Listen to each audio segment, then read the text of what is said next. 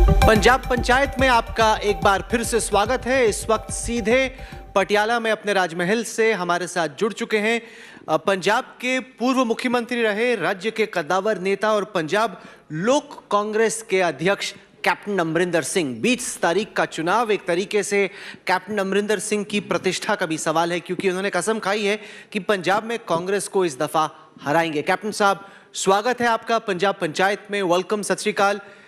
सबसे पहले ये बताएं कि जिस उम्मीद के साथ आपने बीजेपी के साथ ये अलायंस किया, क्या आपको लग रहा है कि आपकी उम्मीद जो इंट्रोडक्शन आप जी मैं जरा आपको बचाना चाहता हूं, जो आपने अभी कही है कि मैंने कसम खाई है कि कांग्रेस को मैंने हराना है, मैंने कभी ये बात नहीं की। मैंने कहा कि हम पार्टी बना के हम जीतेंगे। मेरा काम नहीं है यहाँ किसी को हराना, मेरा काम है जीतना। चलो ठीक है, आपने एकदम फौजी की तरह आते ही धड़ाधड़ अपनी AK-47 खोल दी और इसी के साथ आपने सेशन की शुरुआत भी की। मैं ये जानना चाहता हूं कि जिस उम्मीद के साथ आपने कांग्रेस छोड़ने के बाद बीजेपी का हाथ थामा, क्या आपको लग रहा है कि इस चुनाव में NDA का ये जो अलायंस है वो जीतने की लड़ाई लड़ रहा है या फिर अपनी साख बचाने की लड़ाई लड़ रहा है? 101% जीतने की है। ये इसमें ढींसा साहब की पार्टी है, मेरी पार्टी है और हमारे बीजेपी की पार्टी है। तीन हमारी पार्टी इकट्ठी हैं और हमारा ऑब्जेक्टिव है गवर्नमेंट बनाना यहाँ, और गवर्नमेंट हम बनाएंगे।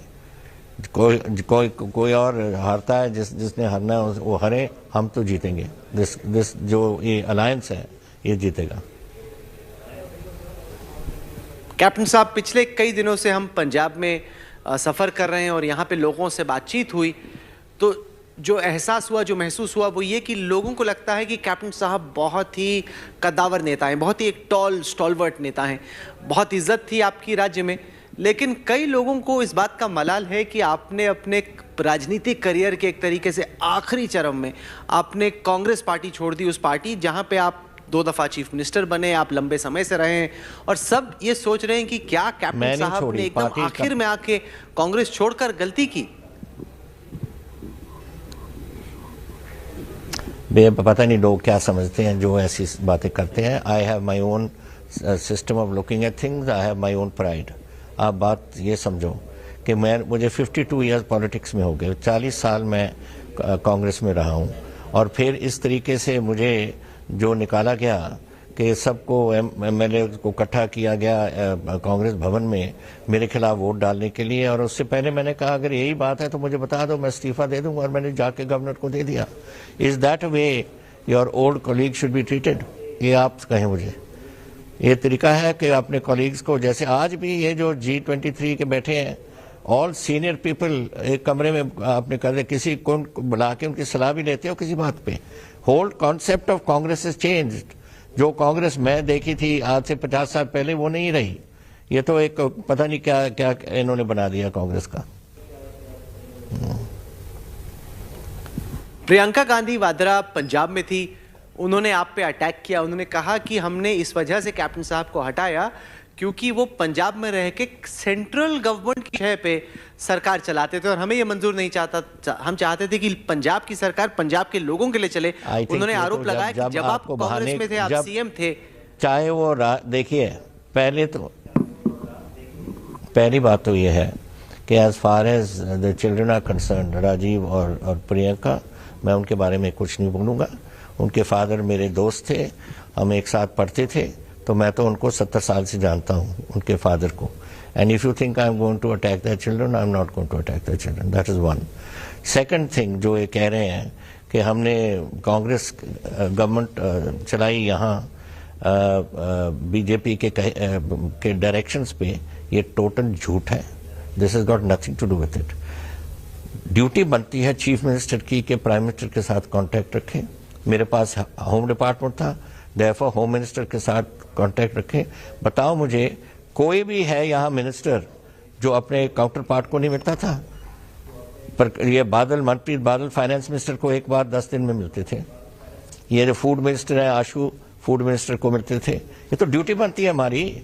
उसका मतलब ये तो नहीं कि वो डायरेक्शन हमें देते थे, पर मुझे बड़ी खुशी, इनफैक्ट जिस तरीके से हमारी ये गवर्नमेंट ने हमारे साथ डीलिंग की और जो हमारी बातें पूरी की, मैं उनका बड़ा आभारी हूँ। दे डन, मुझे कभी पंजाब में लेट डाउन नहीं किया उन्होंने।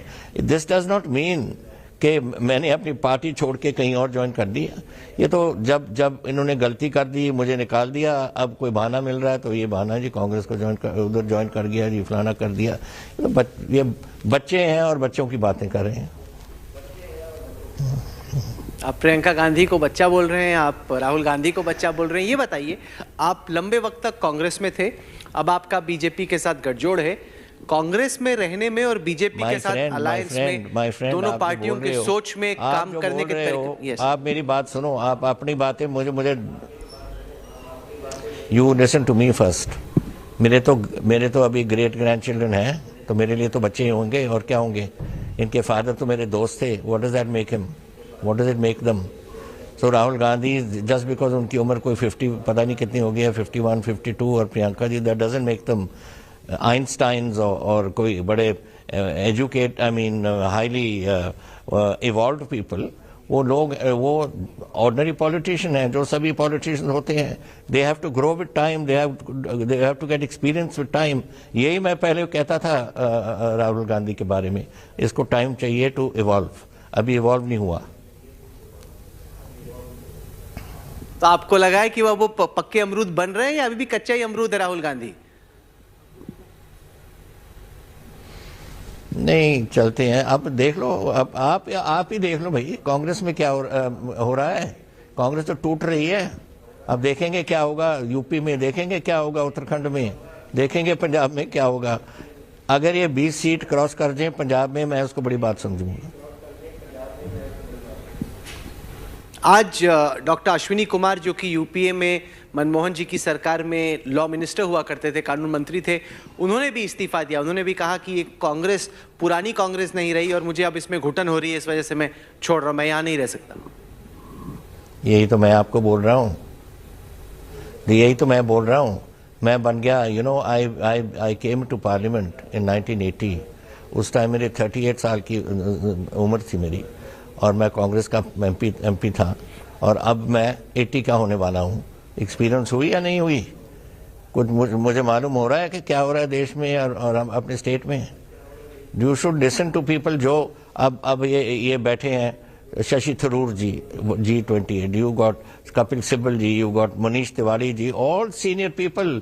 उनको पूछना नहीं कौन चलाता है इनको, एडवाइजर कौन है? रणदीप सुरजेवाला और वो वासुदेव, पता नहीं क्या उनका नाम है, जो उनके केसी वेणुगोपाल बैठते हैं घर में। एक्सपीरियंस, ये एडवाइस है दोनों की। ये एडवाइस चलाएगी हिंदुस्तान को। एक टाइम होता था इंदिरा जी के टाइम में, you had PN Dhar, you had PN Haksar, you had very very eminent able people जो कराते थे। अब तो there is no advisers here. और हिंदुस्तान एक बहुत बड़ा मुल्क है, इसमें बहुत किस्म की बहुत different types of people and directions वगैरह होती हैं इसमें। You need people to advise. You think Indira ji did not know what politics was? अपने फादर के साथ शुरू से चली, लेकिन फिर भी उनको एडवाइजरों की जरूरत पड़ी। And even she is to go to even Harkishan Singh Surjeet ji उनके एडवाइजर रहे।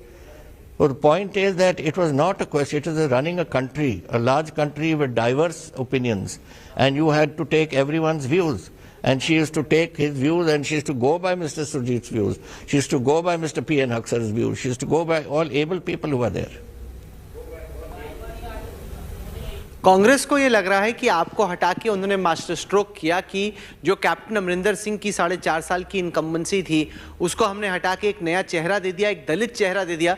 राज्य में करीब 32% दलित वोटर हैं, और ऐसे में कांग्रेस को लग रहा है कि वो एक वोट को कंसोलिडेट कर सकता है और आपकी जो एंटी इनकम्बेंसी थी उसको धो सकते हैं। देखिए, पहली बात तो ये है, मुझे तो ये जो आप कहते हैं ना बार बार, दलित चेहरा, India is 70 years old. Today we do not. Today Indians are Indians. Why do we have to have one Dalit, or why do we have to have one Rajput or a Jat or something else?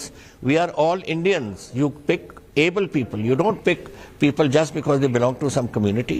If Channi is able, pick him. If Channi is not able, just because he is Dalit, you should pick him. That is not the reason. That is not the way the country works. I think 70 years on, Today we must look at India as, and all of us as Indians. And I hope we will someday come to that point कि हम सोचें कि हम हिंदुस्तानी हैं सब, और हिंदुस्तानी में से जो एबल हैं, चाहे वो दलित हों, चाहे वो पारसी हों, चाहे वो जाट हों या जो मर्जी हों, बैकवर्ड क्लास हों, सब शुड बी वन.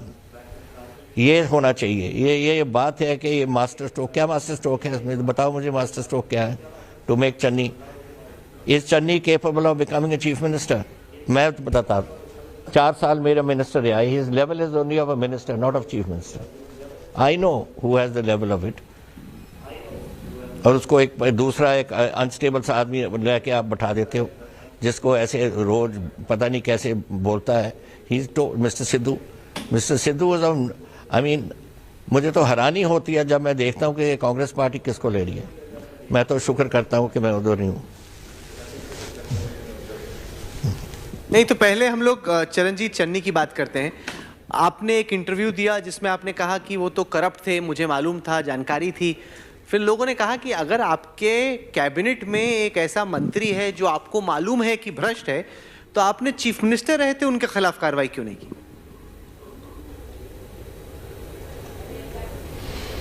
आप जरा समझिए, मैंने ये 10 बार पता, पर आप प्रेस वाले ऐसे ही करते हो ना.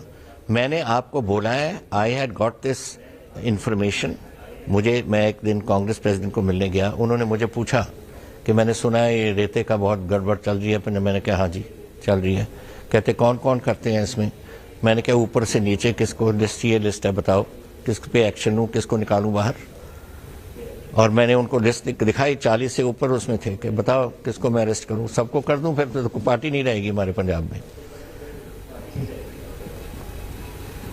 कुछ नहीं बोले कांग्रेस. तो फिर सोनिया जी ने कब क्या कहा जब आपने कहा कि 40 ऐसे कांग्रेस के लीडर्स हैं जो कि रेते के स्कैम में? बोला, मैं आपको बोल ही रहा हूं कि उन्होंने कुछ भी नहीं कहा. She never said anything. कुछ नहीं कहा उन्होंने, बस चुप कर गए. और क्या करते मुझे कि सारी पार्टी को मैं अरेस्ट कर लूं? It is not possible. But the thing is fact, I never called Channi corrupt man when I was in government. वो मिनिस्टर था टेक्निकल एजुकेशन का और कल्चर अफेयर्स का. मैं तो आपकी बात कह रहा हूं. अब जो ईडी ने जाके उनके पता नहीं कितने करोड़ उनके घर से निकालिए, और उसके जो पता नहीं कौन था उनका रिश्तेदार जिसने लिख के दिया ईडी को, उसमें लिखा है कि ये जो 10 करोड़ या पता नहीं करोड़ कितने थे, ये सिर्फ रेते का नहीं, हमारी पोस्टिंग ट्रांसफर का भी पैसा इसी में है. उसका मतलब who is doing the posting and transferring for money in Punjab? कुछ इंडिकेशन है ही ना आपको. पर एक तरीके से चरणजीत चन्नी अपने आप को अमरिंदर दिखा रहे हैं कि कैप्टन साहब राजमहल में रहते हैं, इनएक्सेसिबल हैं, लेट जगते हैं, जल्दी सोते हैं. मैं तो 24 घंटे का पॉलिटिशियन हूं, मैं तो टेंट चलाता था, रिक्शा चलाता था, मैं आम आदमी हूं, वो राजा हैं, इसीलिए मुझे वोट दीजिए क्योंकि मेरी राजा वाली हरकतें नहीं. भाई गरीब आदमी है ना, तो उसकी जो एसेट्स है ना, 170 crore is more than my assets. What is he talking about? गरीब आदमी किधर से बना है? 170 करोड़ था इसकी एसेट्स हैं आज, और पता नहीं इनकम कितनी. लेकिन चमकौर साहब से लेके चंडीगढ़ तक सारी development projects nearly all are his. ये करता है अर्बन डेवलपमेंट प्रोजेक्ट्स. इसको तो सोचना चाहिए कि अगर 170 करोड़ का आदमी इस गरीब आदमी, फिर तो बड़ा रिच मुल्क है हमारा.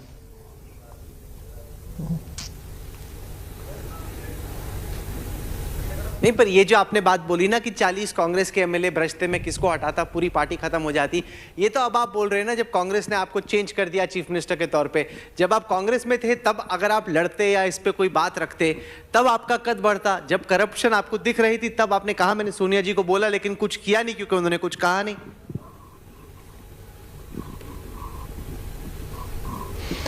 मैंने किया नहीं, कुछ कहा नहीं. पता नहीं मुझे कौन है आपको ये बातें बोलता है.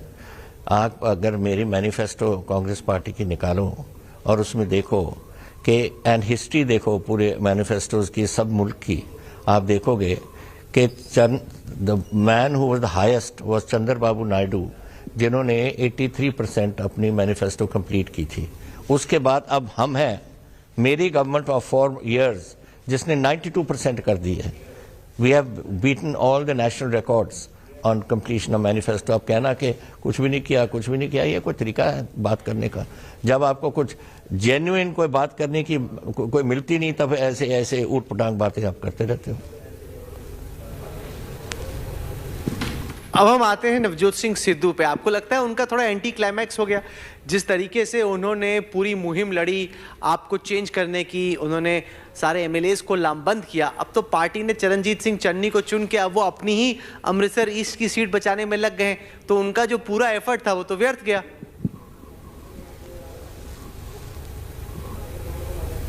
उनका क्या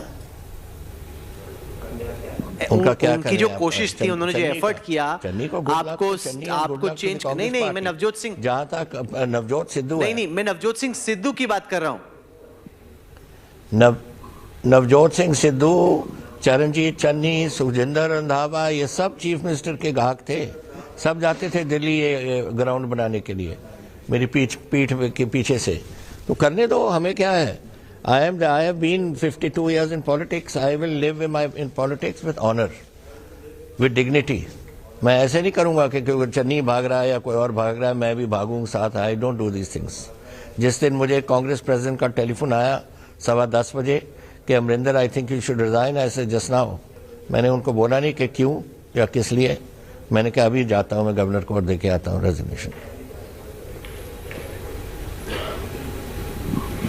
हम चर्चा करना चाहते हैं इस कैंपेन के बारे में, क्योंकि काफ़ी चर्चा हो रही है कि पंजाब बदलाव चाहता है, चेंज चाहता है, और ऐसे में सवाल उठ रहा है कि क्या आम आदमी पार्टी की सरकार यहाँ पे बन सकती है। चूंकि आप राष्ट्रीय सुरक्षा को लेके इतने केयरफुल रहते हैं, सवाल ये भी कि क्या आपके हिसाब से अगर आपकी पंजाब में सरकार बनती है तो राष्ट्रीय सुरक्षा को लेके कोई सवाल खड़ा होगा? देखिए, दो बातें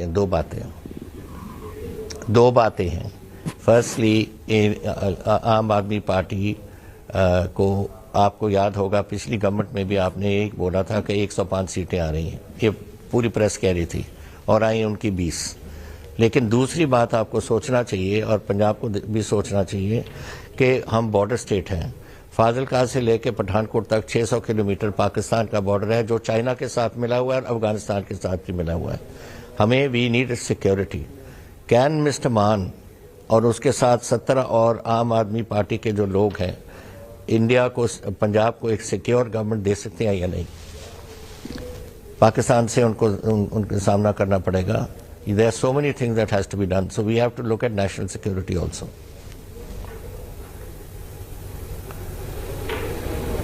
आप थोड़ा ये एक्सप्लेन करें कि मैंने जो सवाल आपसे पूछा, कांग्रेस में रहने में और बीजेपी के साथ अलायंस करने में आपको क्या फर्क नजर आया? क्योंकि अब आप कैप्टन साहब स्टेज पे थे जब गृह मंत्री अमित शाह अमृतसर में थे, मैं वहां पे देख रहा था आपको। आप प्राइम मिनिस्टर ऐसे सवाल पूछते हो, मोदी के साथ भी थे। देखिए, एक बात सुनो। हाँ जी, प्राइम मिनिस्टर, देखिए मैंने आपको बोला है कि मैं ग्रेटफुल हूं प्राइम मिनिस्टर का और उनकी गवर्नमेंट का। कभी मुझे ना नहीं की उन्होंने। पंजाब के जो प्रॉब्लम्स थे, जो मसले थे, हम जाते थे टू द प्राइम मिनिस्टर और टू द होम मिनिस्टर और टू एनी मिनिस्टर, उन्होंने फट कोई ना कोई बात करके हमारा पूरा कर देना था। So that is the way it was there. That was not the way it was in the Congress party. Let me tell you, Congress party के डॉक्टर मनमोहन सिंह जी के बिल्कुल ठीक चलते थे, बिल्कुल कोई प्रॉब्लम नहीं हमें देते थे। But this was not of the whole government, ऐसी नहीं चलती थी। मैं तो बहुत ऐसे दे सकता हूँ वाकयात, but that's a long story and one should take it, but I can tell you कि गवर्नमेंट मिस्टर मोदी के गवर्नमेंट ने हमें टोटल पंजाब को सपोर्ट दी, which is not the case of the Congress party जो उनसे पहले थे। Doctor Manmohan Singh, yes, doctor Manmohan Singh ने कभी ना नहीं की। उन्होंने हर बार जो everything, you can not go to the prime minister for everything. बाकी मिनिस्टर्स हैं, वो मिनिस्टर क्या करते थे, मैं नाम ले सकता हूँ कुछ मिनिस्टर्स के जो बिठा के रख। मुझे एनीवे ये बातें तो छोड़ो, but I am telling you I have. नहीं, बता दो। आपने आधा बोल दिया, पूरा ही बोल दो। आप बोल रहे हो कि यूपीए के मिनिस्टर्स पंजाब को सताते थे, परेशान करते थे। आधी कहानी आपने बता दी, थोड़ा सा और बता दीजिए, कैसे परेशान करते थे? सब नहीं करते थे, कुछ करते थे, पर मैं उनका नाम नहीं लेने लगा। अब वो इट्स हिस्ट्री ना, हिस्ट्री हो गई। सबसे ज्यादा किसने परेशान किया आपको? में आप पढ़ लेना कुछ सालों के बाद, कुछ ना मैं भी लिखूंगा। हैं जी? किस मिनिस्टर ने परेशान किया? किस मिनिस्टर ने आपको सबसे ज्यादा परेशान किया? मैं बताता हूं कि बहुत मिनिस्टर्स हैं जो बातें नहीं सुनते थे हमारी। There were plenty.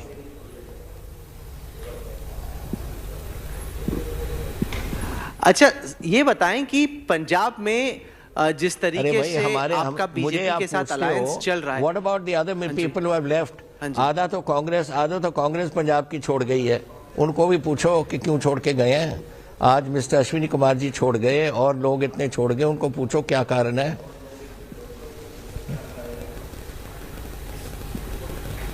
आपके हिसाब से क्या कारण है? अगर आप एनालाइज करते हो कांग्रेस की यथास्थिति को, आपके हिसाब से क्या कारण है जो इतने साल से, आप 50 साल से, अश्विनी कुमार 46 साल से जो रहे हैं कांग्रेस, वो एक एक करके छोड़ रहे हैं, क्यों छोड़ रहे हैं? अरे मैंने तो नहीं छोड़ा, उन्होंने तो मुझे निकाला है। कितनी बार मैं आपको बताता हूं, जब कांग्रेस प्रेसिडेंट मुझे टेलीफोन करके कहते हैं कि please I think you should resign, what does that mean? I said certainly, मैं रिजाइन कर देता हूं। निकालने वाले वो हो गए, मैंने कहा है कि मैं कांग्रेस छोड़नी है या मैं चीफ मिनिस्टर से उतरना चाहता हूं? मैंने तो कभी भी नहीं कहा। उन्होंने कहा आप जाओ, मैंने क्या जाऊं? जाऊंगा, जरूर जाऊंगा, नो प्रॉब्लम। पिछले एक साल से पंजाब ने किसानों का एक बड़ा आंदोलन देखा है और ऐसे में सवाल ये उठ रहा है कि क्या कृषि कानून वापस लेने के बाद आपके हिसाब से किसानों का जो गुस्सा था वो खत्म हो गया?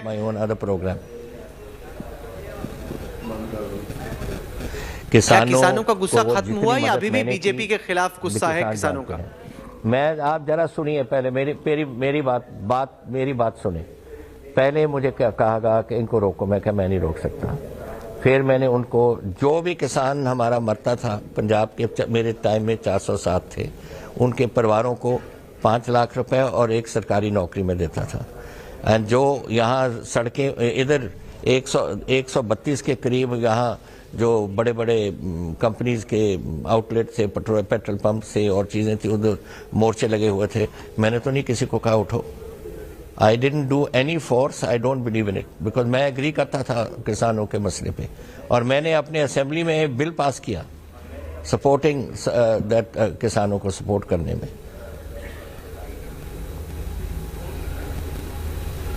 कैप्टन साहब, आप लगातार कैंपेनिंग कर रहे हैं, उसके बीच में आपने थोड़ा वक्त निकाला, हमारे साथ जुड़े, बहुत बहुत शुक्रिया, थैंक यू वेरी मच। और हमारी शुभकामनाएं 20 तारीख की वोटिंग के लिए। बहुत बहुत शुक्रिया कैप्टन अमरिंदर सिंह।